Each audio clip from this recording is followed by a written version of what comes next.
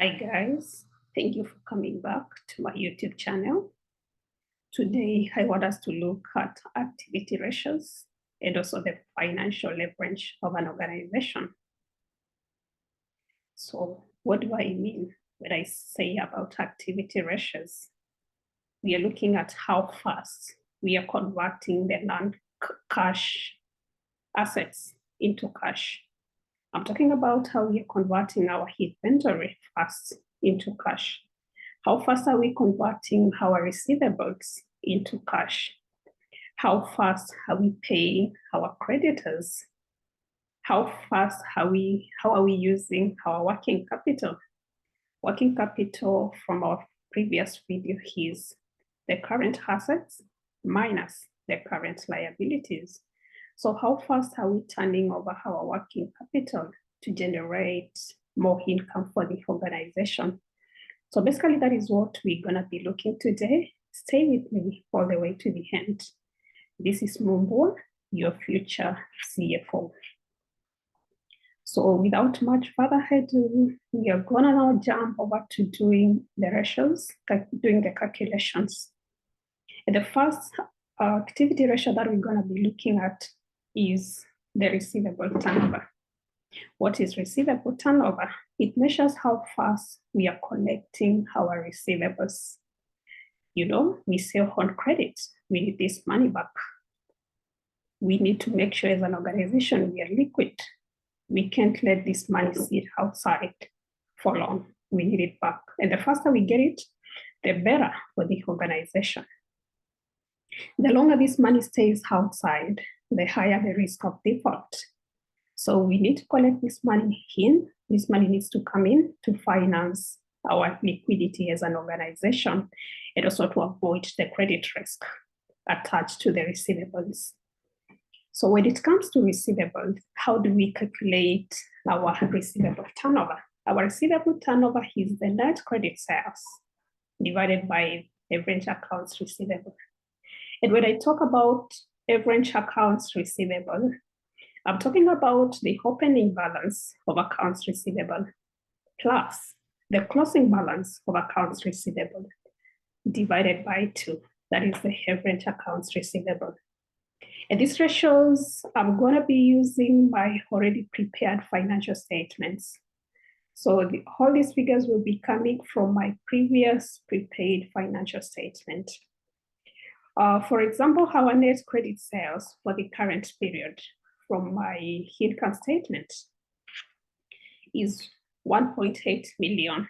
That is for the current period. I want to see how fast are we converting our credit sales into cash.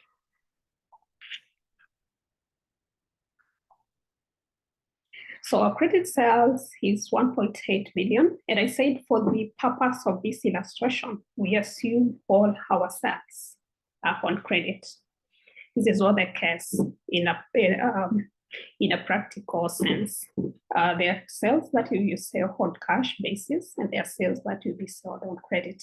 But for the purpose of this video, let's assume all our sales are on credit. Our average accounts receivables, the opening accounts receivables plus the closing accounts receivables, you divide them by 2. Our opening accounts receivable was $180,000. Our closing is $250,000. So you need to add up the 2. You get $430,000 divided by 2. That is $215,000. So that is our average accounts receivable. So as an organization, we are able to turn over our receivable. We are able to collect our receivable 8 times in the year, in the operating cycle. And when it comes to receivable turnover, the faster we are able to turn over our receivable, the better for the organization. The more liquid we are as an organization, so a higher ratio is considered. We should benchmark this against our company policy. What does it say? What did we do prior period? As an organization, we need to be improving. We need to be getting better. What are competitors doing in the same industry? So let's look at what others are doing. Let's be better than them. The inventory turnover. How fast are we able to turn over our inventories? And this measures the turnover from the time we receive inventory, from the time we sell our inventory. So this is the duration of time it takes to sell our inventory as an organization. And to calculate our inventory turnover, we take the COG, that is the cost of goods sold, over the average inventory. Opening inventory plus closing inventory divided by 2, we get the average inventory. The COG from our income statement. Our inventory is 130, 140 for prior period. So we get the total of the two we divide by 2. That gives us an average of $135,000. Our COG for the current period is $1.45 thousand. So we need to get our COG divided by the average inventory. That gives us 10 times. So we are able to turn over our inventory. We are able to sell all our inventory 10 times in a year. The more times we turn over our inventory, the better for the organization. We are able to generate more sales. We are able to generate more returns and maximize the stakeholders' wealth. Accounts payable turnover. How fast are we able to pay our creditors? How fast are we able to pay what we owe for the inventories? And this is calculated by purchases on credit divided by the average accounts payables. Our purchases is $1.44 thousand. And we remember from our previous videos, purchases. How do we calculate our purchases? We know the COG is opening stock plus purchases minus closing stock. So we work backward. We are not given the purchases to get a purchases figure. For example, in this case, we are not given the purchases figure. So we need to work backwards. We have the COG, we have the opening stock, and we have the closing inventory. So we work backwards to get to arrive at our purchases. Divided by the average accounts payable. Average accounts payable is opening balance of accounts payable plus the closing balance of accounts payable divided by 2.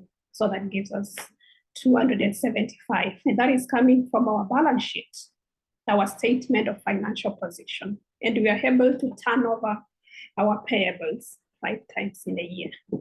We know the less time we are able to pay our creditors, the better for the organization. You know, payables provide free trade credit. We receive goods and we pay them at a later date. So that is free trading credit. But it's important to benchmark to see what other organizations are doing in the same industry, what the industry is doing as a whole. What does our policy as an organization say? How fast are we supposed to pay our creditors? So it's important to adhere to our policy and also to check what others are doing as an organization. So that is our payable turnover. And the less time we are able to turn over our payables, the better for the organization.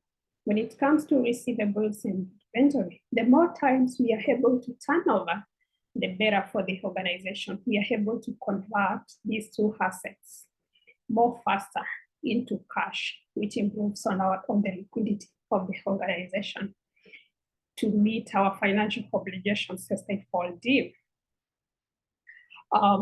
These are the turnover ratios.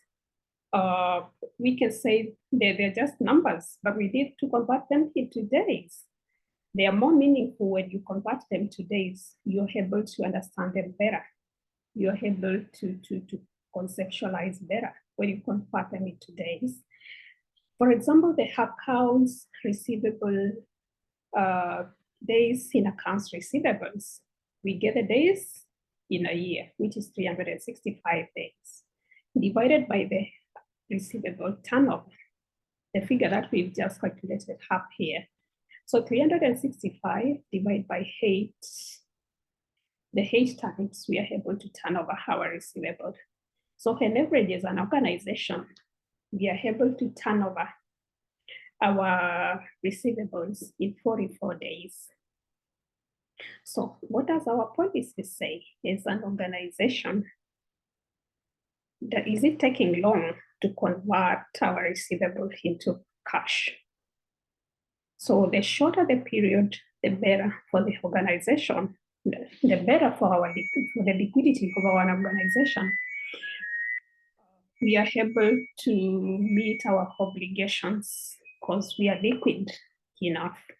So we also need to benchmark and check what others are doing. When it comes to inventory turnover, how many days on average are we taking as an organization to turn over our inventory? 365 days divided by our inventory turnover, that comes to around 34 days. So from the time we receive our inventory to the time we sell our inventory, we've exhausted the inventory is around 34 days. The shorter the period, the better for the organization. We are able to turn over our inventory more times. We are able to generate more sales within a short time, and that will improve on the returns of the organization. Accounts payable, how many days as an organization do we take to pay our creditors? So this is calculated by 365 days over this payable turnover. 365 days divided by our payable turnover ratio of 5.2, that gives us on average 70 days. So from the time we receive goods on credit to the time we pay off the invoice, it's around 70 days. So what does our policy say? Let's also see what competitors are doing, what the industry is doing. And this will give us an insight how we're doing as an organization. The operating cycle. This is the cycle from the time we sell goods to our debtors on credit up to the time when we receive the money. It's the complete cycle. And this is calculated by taking the days in receivables plus the days in inventory. So our days in receivables are 44 days. Our days in inventory is 34 days. So we need to get the total of the two. And that gives us 78 days. So on average, the operating cycle from the time we sell on credit to the time we receive money from our debtors, it's around 78 days. The shorter the period, the better for the organization. Our cash cycle. What does our cash cycle really measure? Our cash cycle measures the portion of the operating cycle when the company does not have cash. The period when we don't have cash, when we are illiquid as an organization. And from the example that we are using, our operating cycle is 78 days. Our days in payable are 70 days. So this organization has 8 days when they are illiquid, when they don't have cash. So the shorter the period, the better for the organization. We don't have cash. It means for 8 days, we can't meet our financial obligations. We need to start like sourcing for funds outside when we have assets that we can convert cash. So it's better for the organization when the cash cycle is shorter. Working capital. How are we using our working capital to generate more sales? Working capital is current assets minus current liabilities. And in our example, our sales are $101.8 million divided by the cash working capital for the first period is 400. That is for the current period from our previous calculation. And for the prior period is $350,000.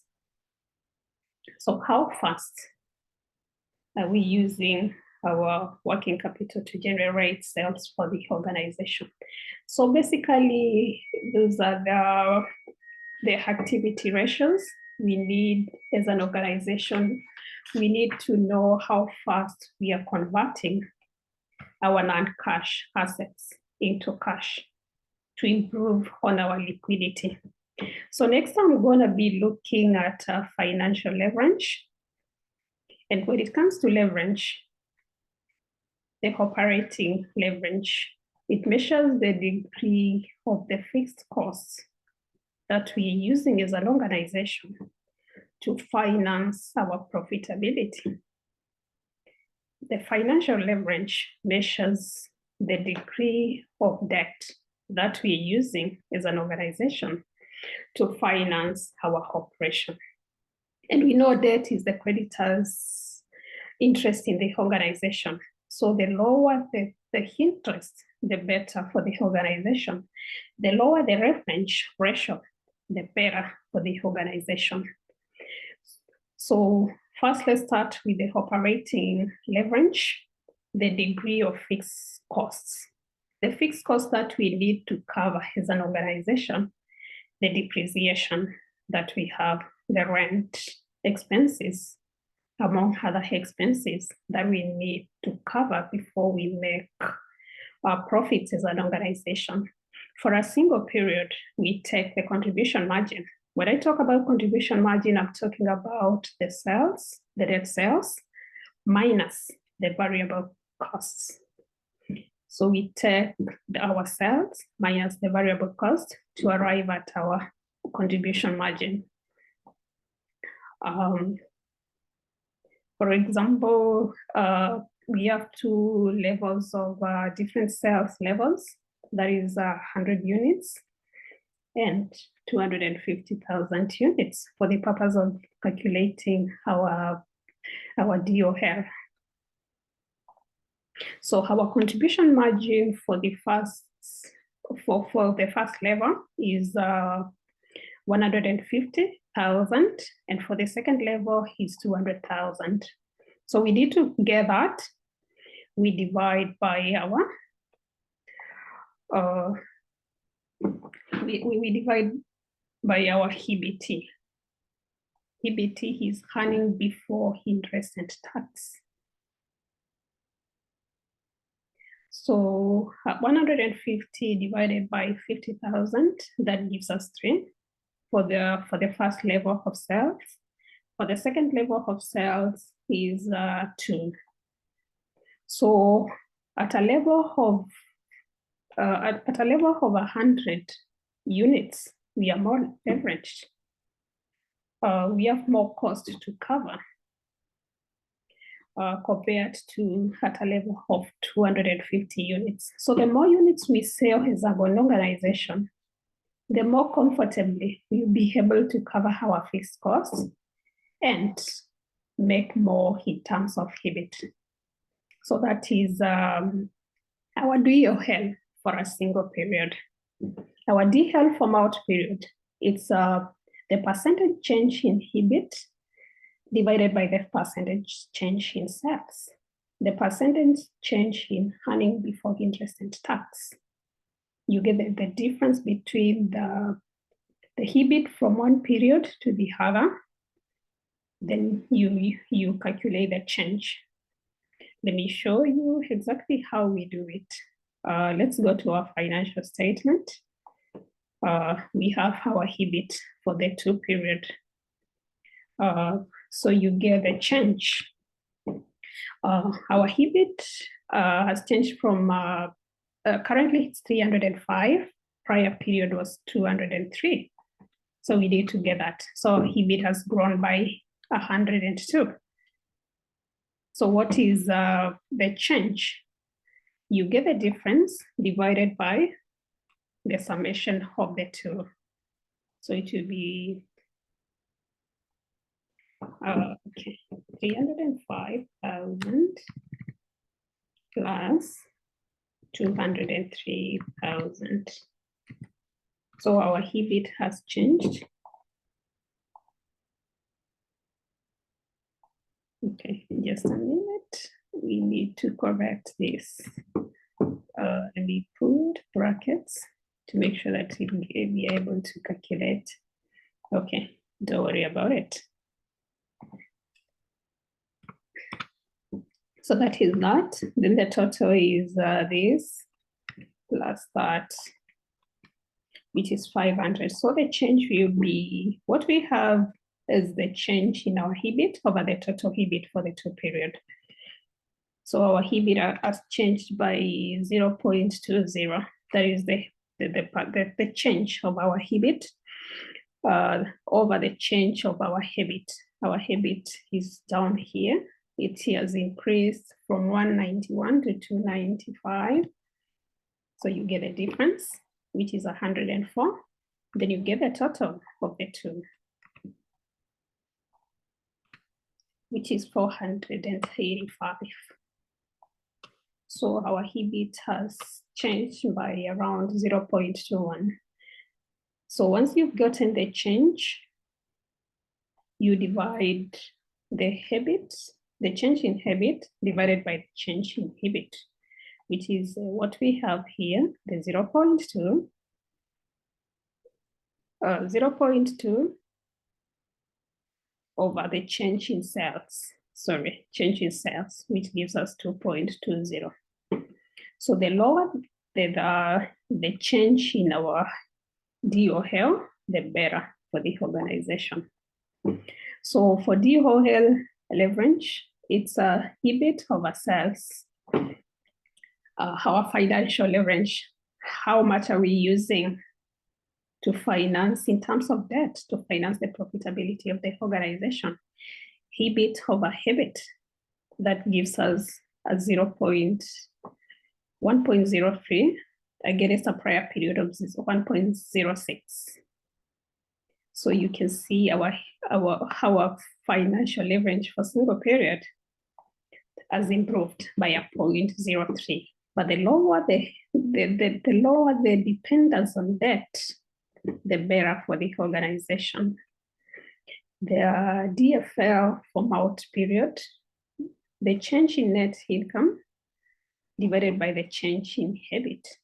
So you do the same example that I showed you. You get a change from one period to the other divided by the total of the two.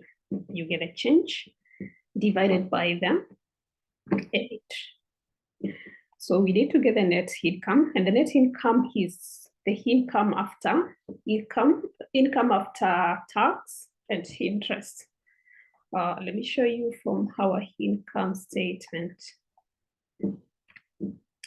Our net income for the current period is $177,000, and for the prior period was $144,600. So that is our net income. The income after we've deducted all the expenses, we paid taxes, and we've also paid our interest. That is the net income. So guys, thank you very much for staying with me all the way to the end. Thank you for taking your time to listen to me. I don't take it for granted. Make sure you hit the button, you subscribe to my YouTube channel to get notifications on future videos. I hope this is gonna help you as a CFO, as an accountant, to analyze the organization performance better. Thank you for your time, Ida Baron, and together we're gonna grow strong. Thank you. I'm sending much love. Thank you, guys.